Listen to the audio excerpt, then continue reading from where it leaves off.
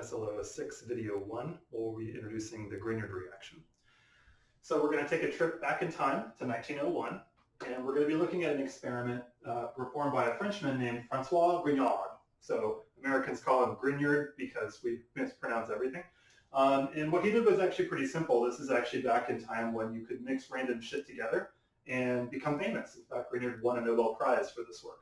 And what he did was actually took this ketone, which has an alkene functional group as well, and mixed it with a magnesium metal, right? So it's important that we think about this as just metal like what you'd see in a pipe or in a flare. I'm going to write a 0 over the Mg because that's its oxidation state in this reaction, at least initially. And then also iodomethane, so a methyl group with an iodine attached. So Grignard mixed these together, presumably went for, whatever coffee, wine, whatever French people did in 1901, came back, added some water. This is probably sounding a little bit familiar, like a workup, right? And what he actually was able to identify was that the ketone functional group had disappeared, and instead he isolated this kind of a product. And then subsequent work also showed that he was forming magnesium salts that have a combination of different anions, right? So this would in this case be a mixture of I- and hydroxide anion. Right, so just to get us started, what I'd like for you to do, just quickly in your notebook or in some scratch paper, I want you to execute a bond accounting here. So which bonds are breaking and which bonds are forming. I would also like for you to evaluate the oxidation state of magnesium in the reactants, so that would be this species here, as well as in the products. All right, so go ahead and pause the video, and then once you've actually written out your bond accounting, you can press play or resume, and we'll pick up lecture there. Okay, so you've done your bond accounting now. I'm going to go ahead and do it as well so that you can check your work. So what I'm observing is that the ketone CO pi bond appears to be disappearing. So our bond counting minus CO pi. I'm also not observing a carbon iodine single bond anymore. So minus a Ci sigma bond. It seems to me like I'm making an OH bond here. So this oxygen didn't have an H before.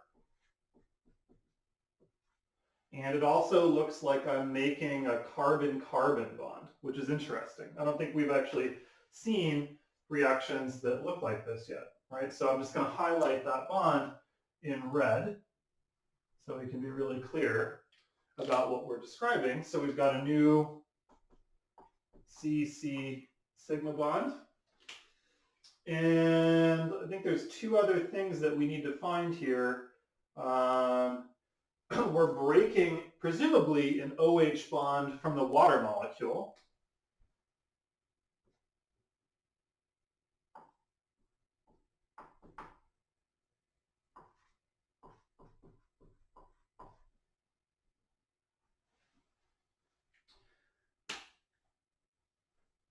All right, and so I think that is everything. Cool. So these are the set of structural changes.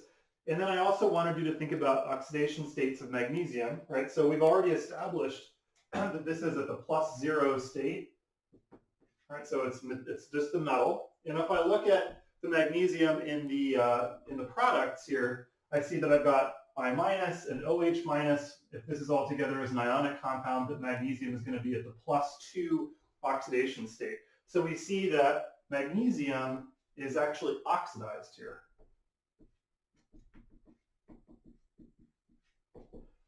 But that means that something had to be reduced. Right? So if you look carefully at this, and in particular, you note that we're actually breaking a CO pi bond to make a CC sigma bond, right?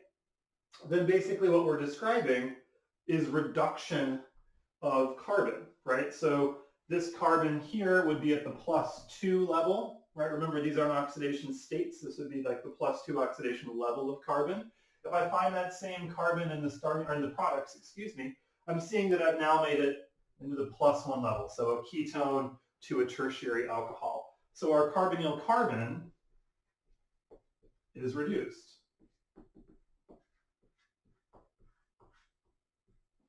So this is just like borohydride reductions or lithium aluminum hydride reductions of carbonyls, but instead of making a CH bond, it looks like we're making a CC bond, right?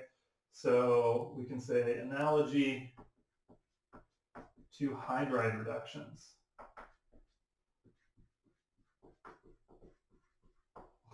That might be helpful for us because we don't have to treat these reactions as fundamentally new. We already kind of understand them. What we basically changed is the group that we are adding to the carbonyl carbon. So rather than a hydrogen, we're adding a carbon of some kind, right? Okay, so we've done our bond accounting, we've done our oxidation and reduction analysis. What I'd like to do to finish up this part of our conversation when we're first encountering the Grignard reaction is to actually briefly think about how the CC bond must be forming. So nature of, that'll happen a few times.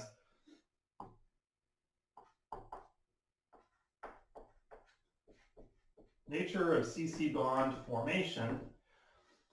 So in particular, I want to think about roles. So in my carbonyl carbon, right, so what we've annotated here, we would typically think of these as electrophilic sites, yeah? So we've labeled these in the past with like E plus or E, and then we can think about where that same carbon would be in the products. It's here, right? So when I think about this new bond forming, I now can infer that this carbon must have been the nucleophile when this reaction occurred.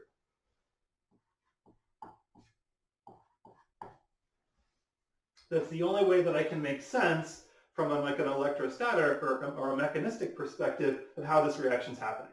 So just like we invoked H- or something like H- for a borohydride reduction, we would need to be thinking about carbon-based nucleophiles. So our incoming carbon group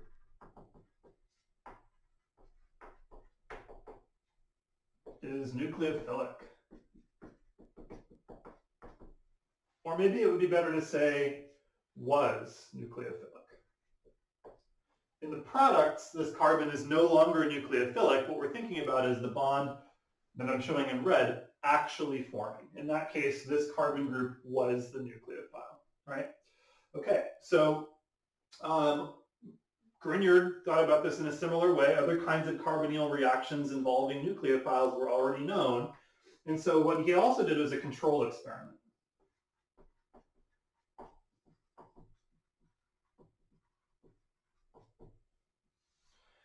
So Grignard thought that maybe the metal was changing the nature of the carbon. And there was some historical evidence for this going back into the late 1890s with a different French chemist named Barbier, who had studied similar kinds of reactions involving zinc rather than magnesium. They work in the exact same way. So what he did was mix these two species together on their own.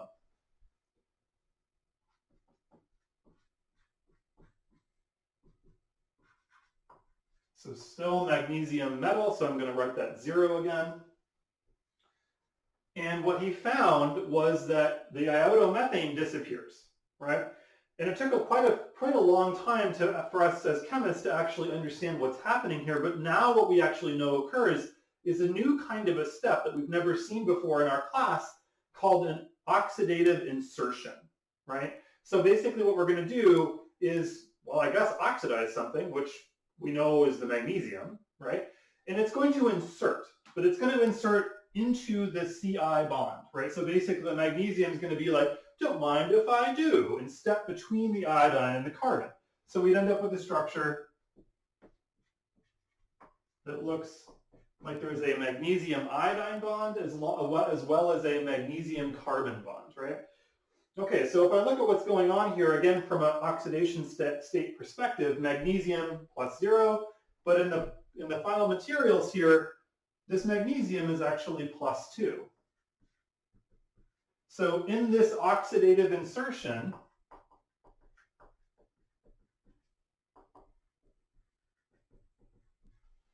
the magnesium is being oxidized, right? If you like, you can think about it as the magnesium acting as a nucleophile toward this carbon.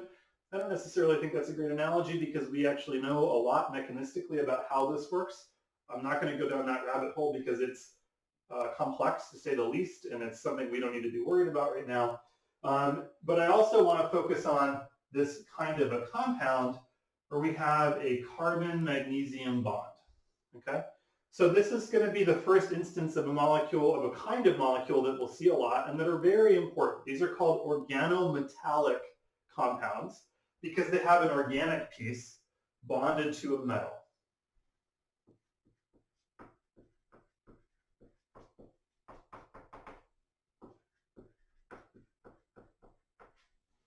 Right, so we've got our organometallic compound, and then the last thing I want to do is to try to tie this all together back to this observation that this carbon must have been nucleophilic in this reaction, right? So I want to actually focus on the nature of this carbon-magnesium bond, yeah? So go ahead and pause your video, and what I want you to do is look up the electronegativity of magnesium, right? Once you've done that, I want you to decide how this carbon-magnesium bond is polarized. Is there a dipole? Which direction does it point? And if you like, you can also write like partial charges like delta minus and delta plus to describe what's going on with the carbon-magnesium bond. I'll wait here while you look up the electronegativity of magnesium. All right, so you've looked up the electronegativity of magnesium, which you probably found to be shockingly low. So our magnesium electronegativity is equal to 1.3, whereas that for carbon, which you may have looked up or maybe have some general sense for, is 2.5.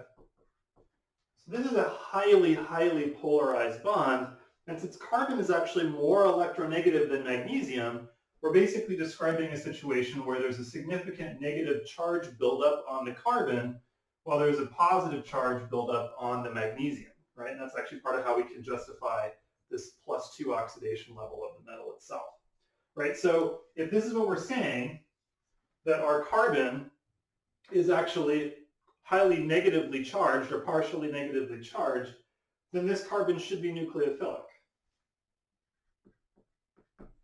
So this is the exact argument we made when we were discussing borohydride or lithium aluminum hydride, that attaching these groups to a metal that's less electronegative than the element we'd like to make nucleophilic allows us to do that, right? So these organometallic compounds are very useful for this. We can actually take elements like hydrogen, or in this case carbon, and make them good nucleophiles by bonding them to the metal, right? So this will be the end of our first video for SLO6. We've discovered the Grignard reaction alongside Francois, right? We're seeing that we're forming carbon-carbon bonds where carbonyl carbons are, right? We're seeing that we can make carbon nucleophilic through the introduction of magnesium, and that involves halogens bonded to the carbons.